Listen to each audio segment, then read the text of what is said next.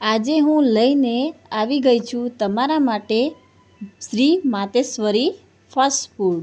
તમારા માટે અહીંયાનું પ્રખ્યાત તેવી મસાલેદાર દાબેલી લઈને આવી ગઈ છું. ટેસ્ટી તેમજ સ્વાદિષ્ટ એકદમ મસાલાથી ભરપૂર દાબેલી તમને અહીંયા મળી જશે, જે ખૂબ જ પ્રખ્યાત છે. સાંજે 6 વાગ્યા પછી તો અહીંયા લાઈન જોવા મળી જશે. શેના માટે? તો દાબેલી લેવા માટે.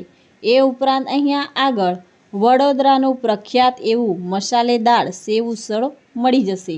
વાનગીઓની વાત કરું તો અહીંયા કેટલી બધી વાનગીઓ મળી જશે તેના વિશે કહી દઉં. મસાલેદાર વડાપાવ, નેચરલ ફ્રૂટ જ્યુસ મળી જશે, મિલ્કશેક મળી જશે, કોલ્ડ કોફી પણ મળી જશે, જલારામ ખમણ, સુરતી ખમણ, નાયલોન ખમણ, ખમણ ઢોકળા, પાત્રા પણ મળી જશે, બટાકા પૌવા પણ મળી જશે.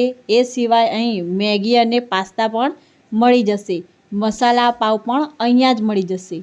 પફ પણ મળી જશે, મસ્કાબન પણ મળી જશે, સેન્ડવિચ પણ મળી જશે. એની જોડે ઇટાલિયન પિઝા પણ અહીંયા જ મળી જશે અને ગરમા ગરમ બ્રેડ પકોડા પણ મળી જશે.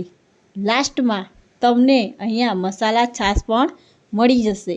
આ બધી જ વાનગીઓની તમને શ્રી માતેશ્વરી ફાસ્ટ ફૂડમાં એક જ જગ્યા ઉપર મળી જશે. અમદાવાદમાં આમની 4 જગ્યા ઉપર ખાણીપીણીની વાનગીઓ ધૂમ મચાવે છે. જેમ કે પહેલું છે એલજી કોર્નર પર આવેલી શ્રી માતેશ્વરી ફરાળી સેન્ટર ધૂમ મચાવે છે અને એ ખૂબ જ પ્રખ્યાત છે.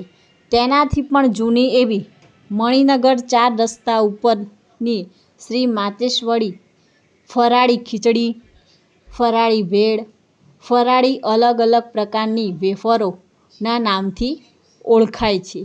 ત્રીજા નંબરમાં જોઈએ તો ન્યૂ મણિનગર, જેની અંદર શ્રી માતેશ્વરી દાબેલી વડાપાવ સેન્ટર તરીકે ચાલે છે.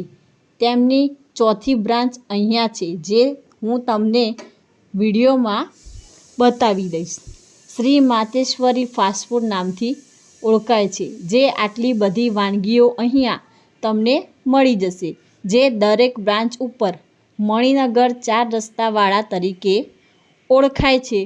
અહીંયા શુભ પ્રસંગે પણ પાર્ટી ઓર્ડર લેવામાં આવે છે અને અહીંયા તમને પાર્સલ પણ ઓર્ડર આપીને લઈ શકો છો. ચાલો ત્યારે હવે તમને અહીંયાનું લોકેશન સમજાવી દઉં. આવકાર હોલ, જુડિયોની બાજુમાં રુદ્ર પાન પાર્લર, નિરાંત ચોકડી, મણિનગર, અમદાવાદ.